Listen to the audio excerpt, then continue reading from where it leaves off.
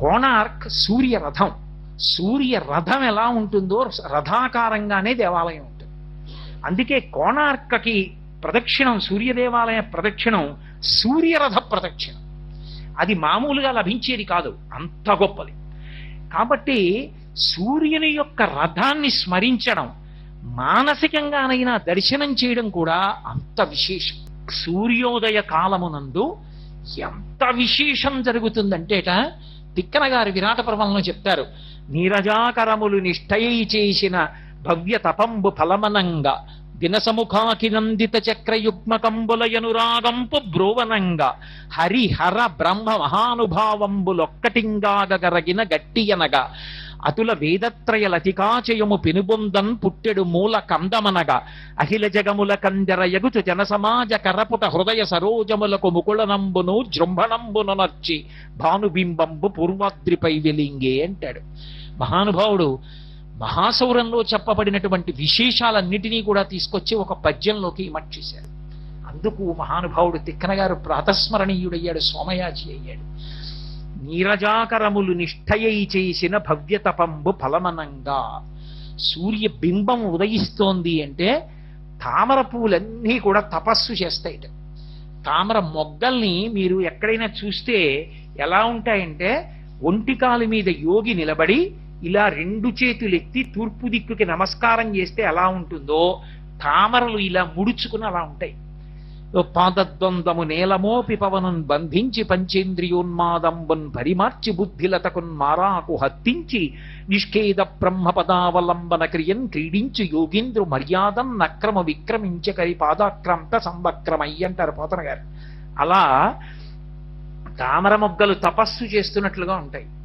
ఒక్కసారి సూర్యకిరణం వచ్చి ఇలా తగిలిందనుకోండి, ఇలా విచ్చుకుంటాయి. నీరజాకరములు నిష్ఠయై చేసిన భవ్యతపంబు ఫలమనంగా దినసముఖాకి నందిత చక్రయుగ్మకంబులయనురాగంపు బ్రోవనంగా. చక్రవాక పక్షులకి రాత్రి అయితే కళ్ళు కనపడవు.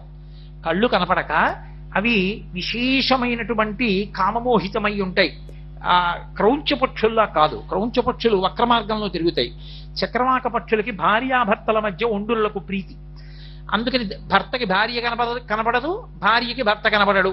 అందుకని చంద్రుడు ప్రకాశించినంతసేపు కూడా అవి పాపం బాధపడుతూ అలా కూర్చుంటాయిట. ఎప్పుడు తెల్లవారుతుందా, ఎప్పుడు తెల్లవారుతుందా, ఎప్పుడు నా భార్య కనపడుతుందా, ఎప్పుడు నా భర్త కనపడతాడా అని తపస్సు చేస్తున్నట్టుగా కూర్చుంటాయి. దినసముఖాకి నందిత చక్రయుగ్మకంబులయనురాగంపు బ్రోవనంగా. ఆ తెల్లవారేటప్పటికీ ఎప్పుడు సూర్యుడు వస్తాడా, మా ఆయన కనపడతాడా, ఎప్పుడు సూర్యుడు వస్తాడా అని అవి రాత్రల్లా చేసిన తపస్సుకి ఫలమా అన్నట్టుగా సూర్యుడు వస్తాడు. ఆ వెలుతురు రాగానే భార్య భర్త కలుసుకుని చక్క ఒకదాని పక్కన ఒకటి కూర్చుని కూ కూ కూ అంటూ ఒకదాని ముక్కు ఒకటి పొడుచుకుంటూ సంతోషంగా కూర్చుంటాయి. కాబట్టి దినసముఖాకి నందిత చక్రయుగ్మకంబులయనురాగంపు బ్రోవనంగా హరిహర బ్రహ్మ మహానుభావంబులొక్కటింగాగరగిన గట్టి అనగా సృష్టికర్త అయిన బ్రహ్మ, స్థితికర్త అయిన విష్ణువు, ప్రళయకర్త అయిన రుద్రుడు ముగ్గురు కలిసి ఒక ముద్దైపోతే ఆ కాంతుల బంతియే సూర్యుడు. కాబట్టి చక్రయుగ్మకంబులయనురాగంపు బ్రోవనంగా హరిహర బ్రహ్మ మహానుభావంబులొక్కటింగాగరగిన గట్టియనగా అతుల వేదత్రయలతికాచయము పెనుబొందన్ పుట్టెడు మూల కందమనగా. వేదములు త్రయీ అని పేరు, అందుకే సూర్యుడికి కూడా ఒక పేరుంది, త్రయీతనుహు అని. వేదములే శరీరముగా కలిగిన వాడై అటువంటి వాడు, అంటే స్వరం చేత మంత్ర విభాగం చేత వేదములు మూడు అని. అటువంటి వేదములు మూడు పుట్టడానికి, వేదములనేటటువంటి తీగ పుట్టడానికి మూలకందమైనటువంటి ఆ దుంప ఎదురుగుండా కనపడుతోందా అన్నట్టుగా ఉన్నట్ట సూర్యుడు.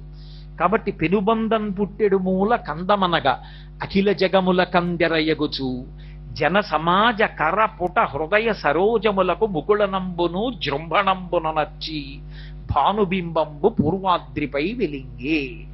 సూర్యబింబం ఇలా కనపడేటప్పటికీ హృదయములనేటటువంటి పద్మాలు ఇలా వికసనం పొందుతాయి. అందరికీ కూడా తెల్లవారింది అని ఒక్కసారి లేస్తారు. ఊరు తెల్లారిందంటారు. అలా ఊరు తెల్లవారేటట్టు లోకానికి తెల్లారిపోయింది ఇప్పుడు సూర్య భగవానుడు ఉదయిస్తే. సర్వం శ్రీ ఉమామహేశ్వర పరబ్రహ్మార్పణమస్తు. స్వస్తి.